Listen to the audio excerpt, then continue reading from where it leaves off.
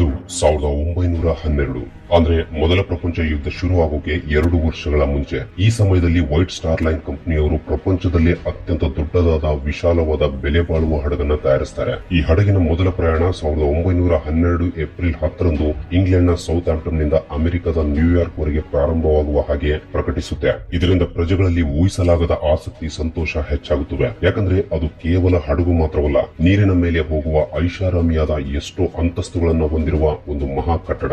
Titanic ship ನಲ್ಲಿ ಪ್ರಯಾಣಿಸಲು ಖರೀದಿಸಬೇಕಾದ ticket price ಗಳನ್ನ ಬಿಡುಗಡೆ ಮಾಡುತ್ತೆ. ಫಸ್ಟ್ ಕ್ಲಾಸ್ ನಲ್ಲಿ ಸಪರೇಟ್ ಲಕ್ಸರಿ ರೂಮ್ ಗಳಲ್ಲಿ ಪ್ರಯಾಣಿಸಬೇಕು ಅಂದ್ಕೊಂಡ್ರೆ ಟಿಕೆಟ್ ಕಾಸ್ಟ್ £870 ಅಥವಾ $4350. ಅಂದ್ರೆ ನಮಗೆ ಅರ್ಥವಾಗುವ ರೀತಿಯಲ್ಲಿ ಹೇಳಬೇಕು ಅಂದ್ರೆ ಆಗಿನ ಕರೆನ್ಸಿ ಮತ್ತು ಈಗಿನ ಕರೆನ್ಸಿಯ ಬೆಲೆ ಬೇರೆ ಬೇರೆಯಾಗಿರೋದ್ರಿಂದ ಆಗಿನ ಬೆಲೆಯನ್ನ ಅಂದ್ರೆ ಆಗಿನ ಟಿಕೆಟ್ ಪ್ರೈಸ್ ಅನ್ನ ಈಗಿನ ಕರೆನ್ಸಿಯಲ್ಲಿ ನೋಡಿದ್ರೆ ಪ್ರಸ್ತುತ ಕರೆನ್ಸಿಯಲ್ಲಿ $1 ಲಕ್ಷ ಗಳಿಗೆ ಸಮ. ಅಂದ್ರೆ ನಮ್ಮ ಇಂಡಿಯನ್ ಕರೆನ್ಸಿಯಲ್ಲಿ ಪ್ರಸ್ತುತ ಸುಮಾರು ₹75 ಲಕ್ಷ ಸಮ. ಅಂದ್ರೆ ಟೈಟಾನಿಕ್ ಶಿಪ್ ನಲ್ಲಿ ಫಸ್ಟ್ ಕ್ಲಾಸ್ ಟಿಕೆಟ್ ಬೆಲೆ ₹75 ಲಕ್ಷ. ಒಂದು ವೇಳೆ ಫಸ್ಟ್ ಕ್ಲಾಸ್ ನಲ್ಲಿ ಕ್ಯಾಬಿನ್ ನ ಬರ್ತ್ ನಲ್ಲಿ ಪ್ರಯಾಣ ಮಾಡಬೇಕು ಅಂದ್ಕೊಂಡ್ರೆ ಟಿಕೆಟ್ ಕಾಸ್ಟ್ £30 ಅಥವಾ $150. ಅಂದ್ರೆ ಪ್ರಸ್ತುತ $3500 ಗಳಿಗೆ ಸಮ. ಅಂದ್ರೆ ನಮ್ಮ ಕರೆನ್ಸಿಯಲ್ಲಿ ಪ್ರಸ್ತುತ ಸುಮಾರು $2,75,150. ಅಂದ್ರೆ ಪ್ರಸ್ತುತ $3500 ಗಳಿಗೆ ಸಮ. ಅಂದ್ರೆ ನಮ್ಮ ಕರೆನ್ಸಿಯಲ್ಲಿ ಪ್ರಸ್ತುತ ಸುಮಾರು $2,75,000. ಇನ್ನು ಸೆಕೆಂಡ್ ಕ್ಲಾಸ್ ಟಿಕೆಟ್ ಬೆಲೆ £12 ಅಥವಾ $60. ಅಂದ್ರೆ ಪ್ರಸ್ತುತ $1,300 ಗಳಿಗೆ ಸಮ. ಅಂದ್ರೆ ಪ್ರಸ್ತುತ ನಮ್ಮ ಕರೆನ್ಸಿಯಲ್ಲಿ ನೋಡಿದ್ರೆ ಸುಮಾರು $1 lakh. And finally third class ticket ಬೆಲೆ €3 ರಿಂದ €8 ಅಥವಾ $15 ರಿಂದ $40. ಅಂದ್ರೆ ಪ್ರಸ್ತುತ $350 ರಿಂದ $900 ಗಳಿಗೆ ಸಮ. ಅಂದ್ರೆ ನಮ್ಮ ಕರೆನ್ಸಿಯಲ್ಲಿ 25,000 ರಿಂದ 67,000 ವರೆಗೆ ಈ ರೀತಿ ಟಿಕೆಟ್ ರೇಟ್ಸ್ ಗಳನ್ನ ಇಡ್ತಾರೆ. ಆಗಿನ ಸಮಯದಲ್ಲಿ ಇಷ್ಟು ಜಾಸ್ತಿ ಟಿಕೆಟ್ ಬೆಲೆ ಇದ್ರೂ ಕೂಡ ಜನರು ಹಿಂಜರಿಯದೆ ಟಿಕೆಟ್ಸ್ ಅನ್ನ ಕೊಂಡ್ಕೊಳ್ತಾರೆ. ಸೊ ಇದರಿಂದ ಫೈನಲಿ 1332 ಜನ ಪ್ಯಾಸೆಂಜರ್ಸ್ ಮೊದಲ ಪ್ರಯಾಣದ ಟಿಕೆಟ್ಸ್ ಗಳನ್ನ ಸ್ವಂತ ಮಾಡಿಕೊಳ್ತಾರೆ. ಇನ್ನು 1912 ಏಪ್ರಿಲ್ 10 ಬಂದೇ ಬಿಡುತ್ತೆ. ಶಿಪ್ ನಲ್ಲಿ 908 ಜನ ಸಿಬ್ಬಂದಿಯ ಜೊತೆಗೆ 1332 ಜನ ಪ್ಯಾಸೆಂಜರ್ಸ್ ಜೊತೆ ಟೋಟಲ್ ಆಗಿ 2240 ಜನರ ಜೊತೆಗೆ ಟೈಟಾನಿಕ್ ಶಿಪ್ ಮಧ್ಯಾಹ್ನ 12 ಗಂಟೆಗೆ ತನ್ನ ಮೊದಲ ಪ್ರಯಾಣವನ್ನು ಪ್ರಾರಂಭಿಸುತ್ತೆ. ಆ ಕ್ಷಣದಲ್ಲಿ ಈ ಶಿಪ್ ನಲ್ಲಿರುವ ಪ್ಯಾಸೆಂಜರ್ಸ್ ಗಳ ಸಂತೋಷಕ್ಕೆ ಅಡೆತಡೆಗಳೇ ಇಲ್ಲ.